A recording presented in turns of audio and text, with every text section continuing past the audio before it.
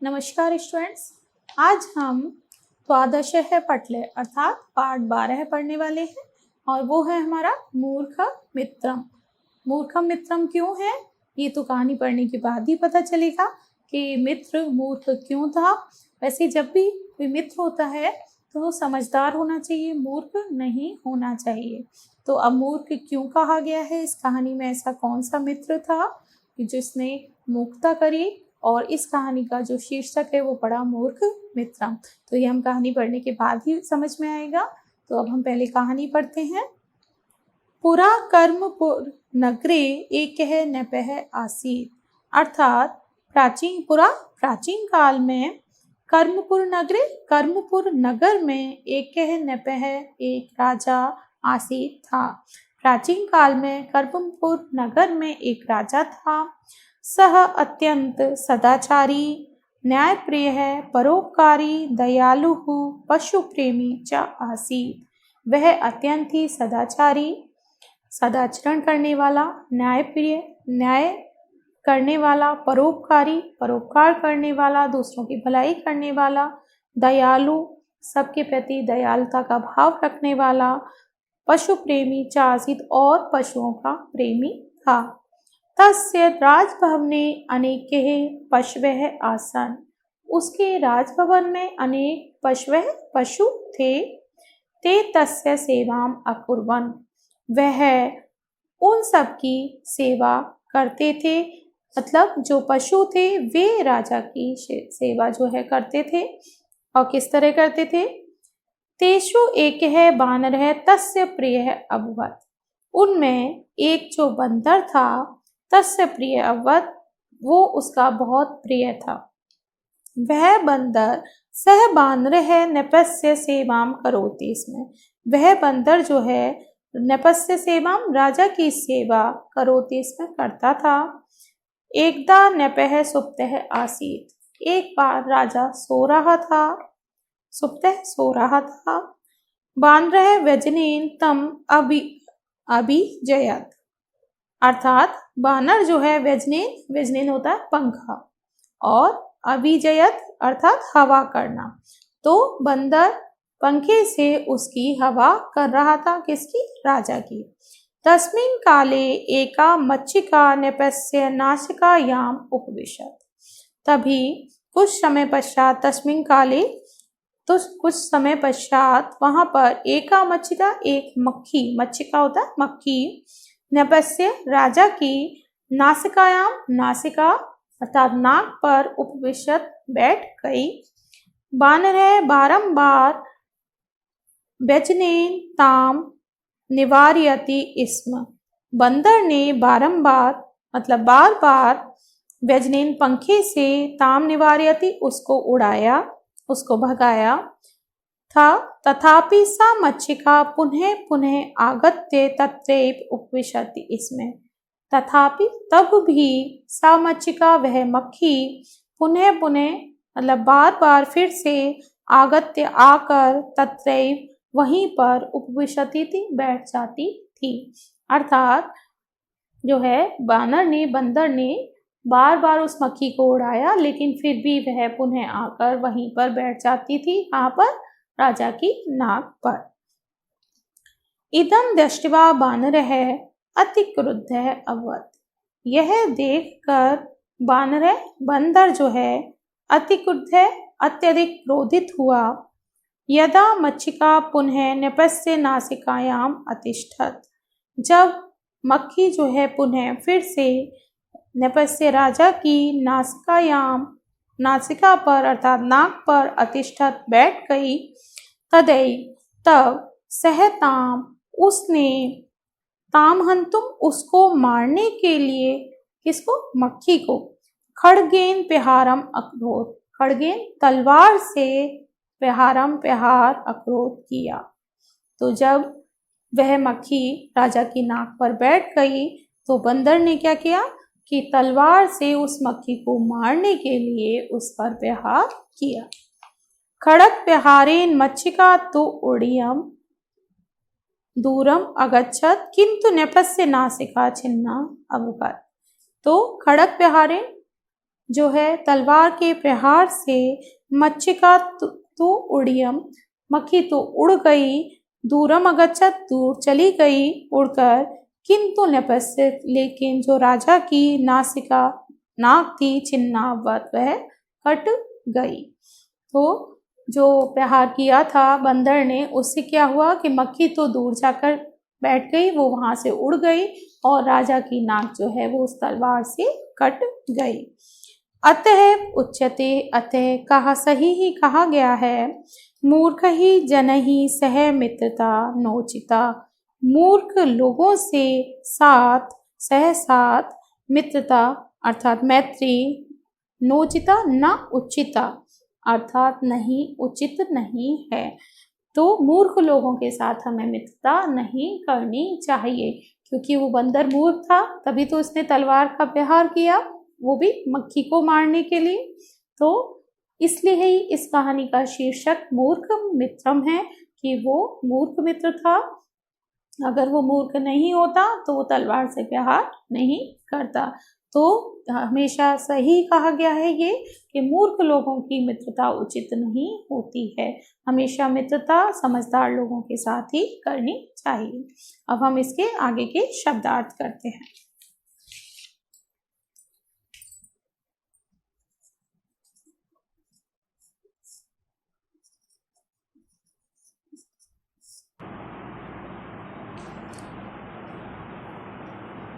पुरा अर्थात प्राचीन समय में, प्राचीन पुराने समय में।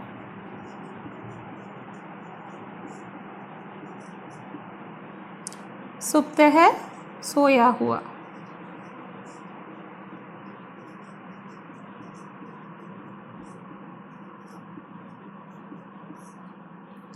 मच्छिका अर्थात मक्खी।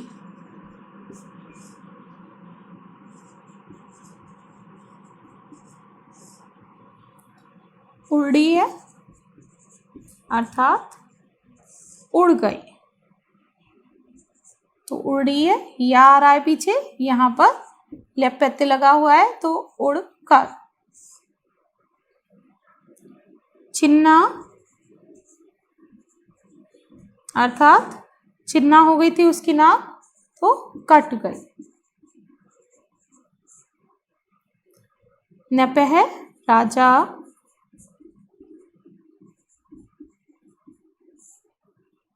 व्यजनेन अर्थात पंखे से,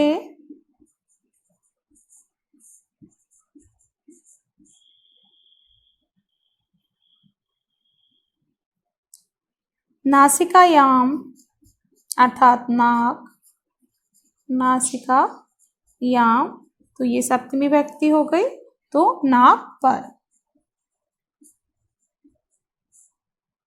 खड़गेन अर्थात तलवार।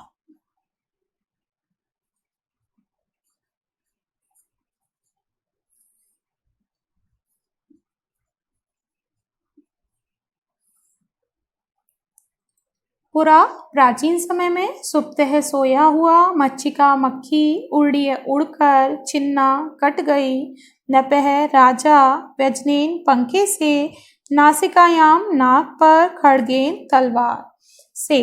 खड़गेन तृतीय विभक्ति आ रही है तो तलवार से आएगा, क्योंकि जहाँ पर अगर विभक्ति के साथ में हम शब्द लिखते हैं तो अर्थ में भी हमें उसकी विभक्ति के अनुसार ही कारक चिन्हों का प्रयोग करना होता है। तो ये हमारी शब्दार्थ पूरे हो गए। शब्दार्थ के बाद हमारी मौखिक प्रश्न में उच्चारण। तो उच्चारण जो है जो हम मिलाकर जो शब्द हैं हमारे उनको खंड कर हम पढ़ते हैं उच्चारण में। जैसे दो शब्द मिलाकर दिए होते हैं और उच्चारण करने में हमें सरलता होती है जब हमें पता चल जाता है कि इसमें कहाँ से हमें उसका खंड करना है। जैसे कि तथापि, तो तथा, अपि, तत्रैव अर्थात तत्र और एव, तत्र वहाँ, एव ही, तत्रैव लिख देते हैं हम वहाँ ही। जैसे हम नास्ति लिख देते हैं न अस्ति, नासीत न आसीत। इसी तरह नौचिता, तो नौचिता नहीं पढ़ेंगे हम, न उचिता अर्थात उचित नहीं है। तो इस तरह से हमारी मौखिक जो उच्चारण है वो हम कर लेते हैं, कठिन जो शब्द हैं उनका। उसके बाद करते हैं हम लिखितः प्रश्न, अपना अभ्यास कार्य। सबसे पहले लिखितः प्रश्न, और लिखितः प्रश्न में सबसे पहले हम पहला प्रश्न करेंगे।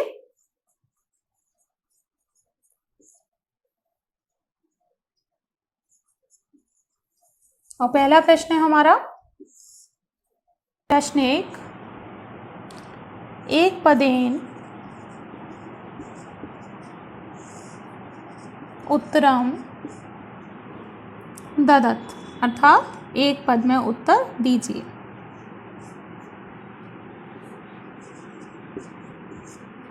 क न्यपः कुत्र वसति इसमें, अर्थात राजा जो है वो कहाँ पर रहता था। तो हमने पढ़ा था अभी राजा कहाँ रहता था। राजा जो है वो कर्मपुर नगरे में रहता था, तो वही आएगा यहाँ पर एक पद उत्तरत में, कर्मपुर नगरे, अर्थात कर्मपुर नगर में रहता था। एक पद में देना है तो केवल हम उत्तर ही लिखेंगे। अगर यहाँ पूर्ण वाक्य में होता तो न्यपः कर्मपुर नगरे बसति इसमें, ये हमारा पूरा उत्तर होता। ख कह न्यपस्य प्रिय आसीत,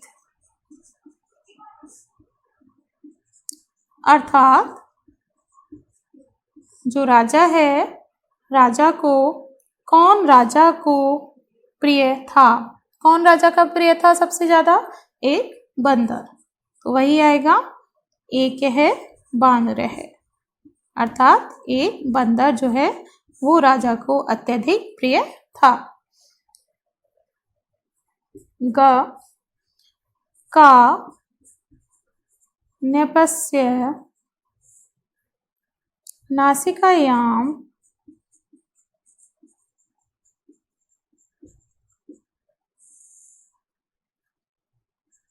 उपविशति, का न्यपस्य नासिकायाम उपविशति इसमें, अर्थात कौन जो है वो राजा की नाक पर बैठा था। तो कौन बैठा था राजा की नाक पे जो बार बार बैठ रहा था? एका मक्षिका, अर्थात एक मक्खी। एका मक्षिका, एक मक्खी राजा की नाक पर बार बार बैठ रही थी। इन्हीं को अगर पूर्ण वाक्य में लिखेंगे हम तो क्या आएगा? ये तो हमने देख लिया था। एके बानरः न्यपस्य प्रिय आसीत्, एका मक्षिका न्यपस्य नासिकायाम उपविशति इसमें। तो इस तरह से ये हमारा जो है एक पद के 3 प्रश्न हो गए हैं। हम आगे क्या करते हैं? हम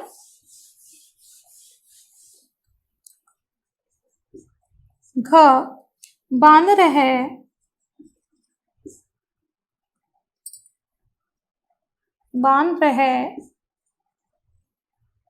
केन प्रहारम,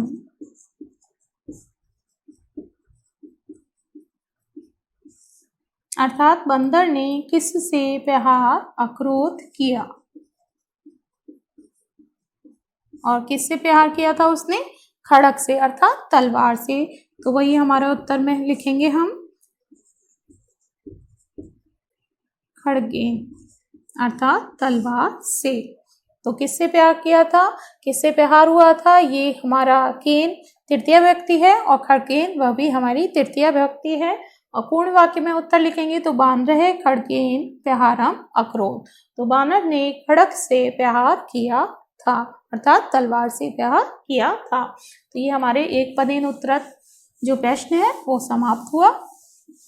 अब हम अपना दूसरा प्रश्न करते हैं और वो है हमारा पूर्ण वाक्येन उत्तरम ददत। पूर्ण वाक्येन उत्तरम ददत, अर्थात पूर्ण वाक्य में उत्तर दीजिए। इसमें क है, न्यपः कीदृशः आसीत्, अर्थात राजा जो है वो कैसा था। तो राजा कैसा था, हमने उसमें पढ़ा था कि राजा दयालु था, न्यायप्रिय था, सदाचारी था और पशुओं का प्रेमी था। तो वो हमारा विस्तार से पूरा उत्तर हम इसमें लिखेंगे कि नृपः सदाचारी,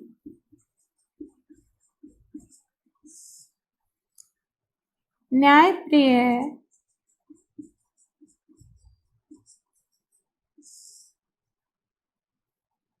परोपकारी,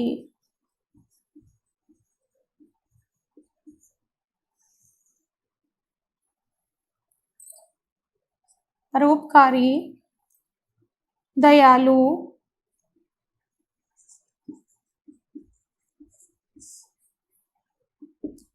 पशु प्रेमी च आसीत। अर्थात राजा जो है वो नृपः, सदाचारी, न्यायप्रिय, परोपकारी, दयालु, पशु प्रेमी च आसीत। राजा सदाचारी था, न्यायप्रिय था, परोपकारी था, दयालु था और पशुओं का प्रेमी था। ख यदा नृपः सुप्तः आसीत्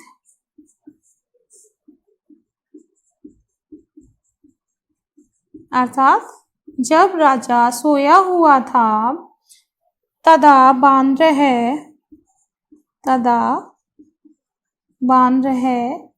बंदर ने किम करोति स्म, बंदर क्या कर रहा था।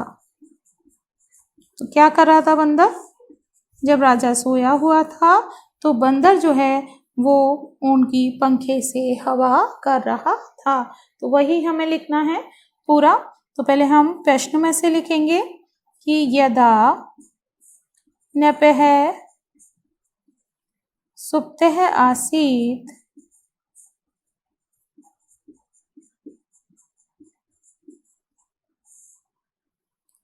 तदा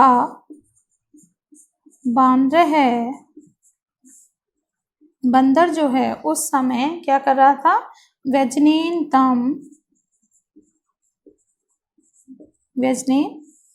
पंखा होता है, व्यजनेन तम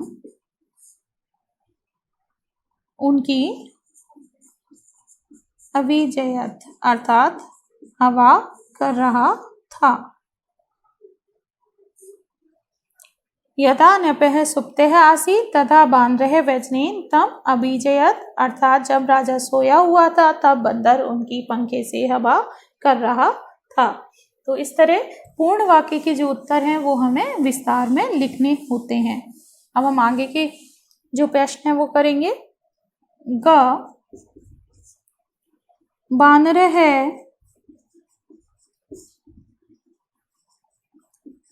मच्छिकां हन्तुं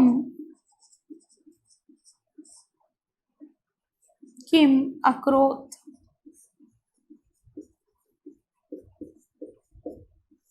अर्थात बंदर ने मक्खी को मारने के लिए क्या किया।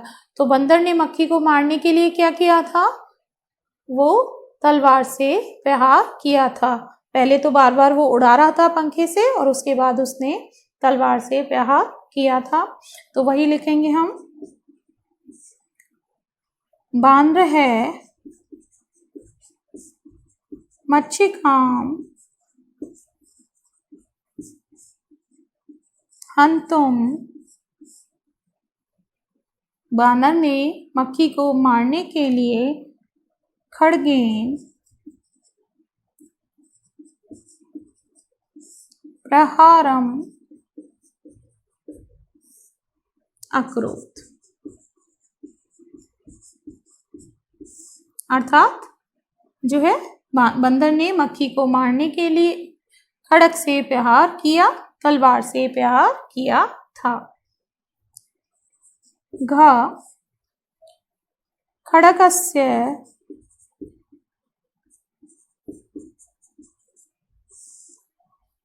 प्रहारेण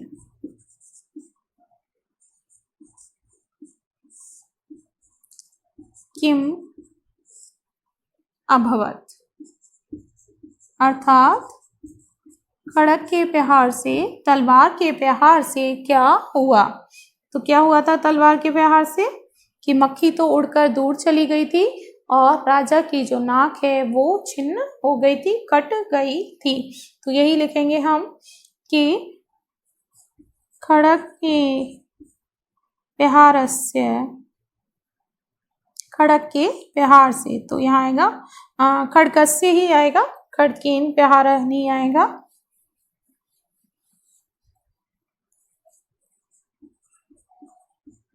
क्योंकि षष्ठी विभक्ति है।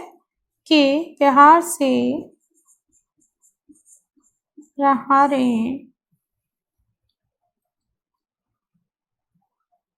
मक्षिका तो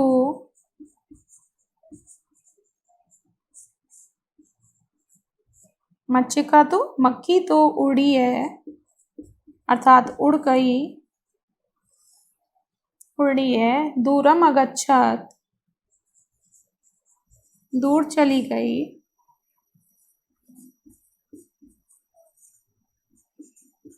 दूरम अगच्छत किंतु न्यपस्य, किंतु न्यपस्य नासिका छिन्नः अभवत्,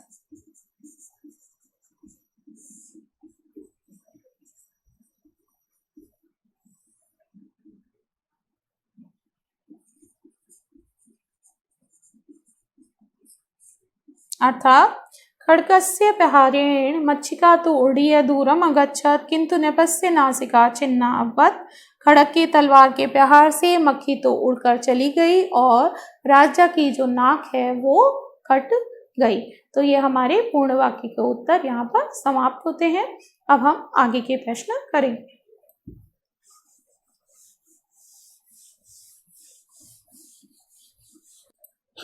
प्रश्न 3, उचित ही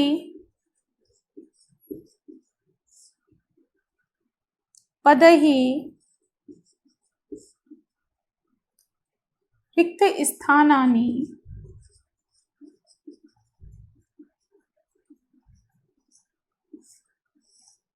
पूरयत्, अर्थात उचित पदों द्वारा रिक्त स्थानों की पूर्ति कीजिए। और हमारे उचित पद कौन से दे रखे हैं वो हम पहले लिख लेते हैं। नासिका, हंतुम, छिन्ना,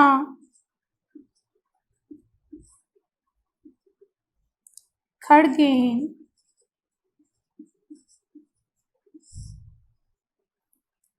पशवः और व्यजनेन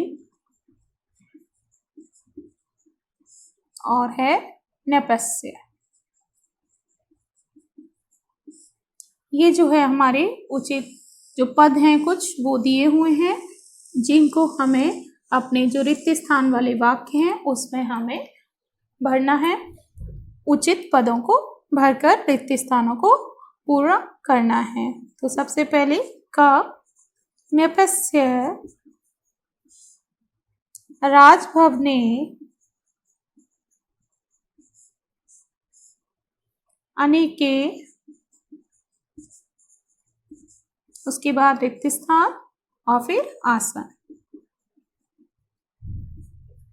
तो राजा के राजभवन में अनेक थे, कौन थे? तो क्या आएगा यहाँ पर? व्यजनेन, नृपस्य, ये तो नहीं आ सकता। कौन रहते थे राजा के जो है राजभवन में? हमने अपना पाठ पढ़ा था उसके आधार पे अनेक पशु थे, तो यहाँ आएगा पशवः, अर्थात राजा के राजभवन में अनेक पशु थे। खा वानरः रिक्त स्थान सेवा करोति स्म, अर्थात जो बंदर है वो सेवा करता था। किसकी सेवा करता था? राजा की सेवा करता था। तो नृपस्य ये हमारा सही विकल्प है, उचित पद है। तो वानरः नृपस्य सेवा करोति स्म। ग बान रहे बारम बारम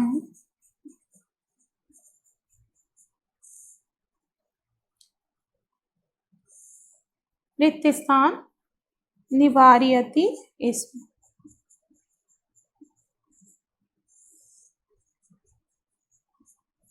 अर्थात जो है बंदर जो है वो क्या कर रहा था, बारंबार वो किससे उड़ा रहा था, किससे उड़ा रहा था, पंखे से। तो बांध रहे बारम व्यजने,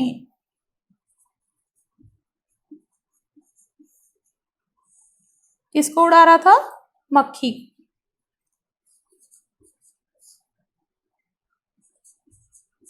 सहताम, यहाँ हमारे दो रिक्त स्थान दिए हुए हैं। सहताम, उसने उसको प्रहारम का अक्रोध, प्रहारम अक्रोध अर्थात प्रहार किया। तो क्या पढ़ा था हमने, अब यहाँ पर हमने बस से भर चुके हैं व्यजनेन पशवे, अब है छिन्ना खड्गेन हंतुम नासिका। तो सह अर्थात सह आया है यहाँ पर, हम जो है वो बंदर के लिए, ताम मक्खी के लिए। तो उसने मक्खी को किससे प्रहार किया था, तो क्या होगा, मक्खी को मारने के लिए खड़ग से प्रहार किया। तो यहाँ पे मारने का क्या है, हंतुम और खड्गे।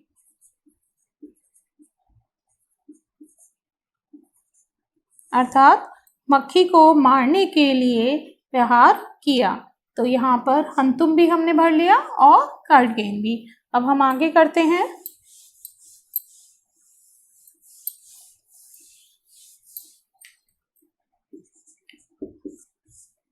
नेपस्य, यहाँ भी हमें दो रिक्त स्थान दे रखे हैं और उसके बाद अभुपद। तो राजा की हुई, क्या हुई, तो यहाँ पर क्या आ जाएगा, दो ही हैं हमारे पास, छिन्ना नासिका। तो राजा की नासिका छिन्ना कट गई, तो यहाँ पर आएगा नासिका और यहाँ आएगा छिन्ना। नेपस्य नासिका छिन्ना अभुपद, तो राजा की नाक जो है वो कट गई थी। तो ये हमारा जो है तीसरा प्रश्न समाप्त हुआ।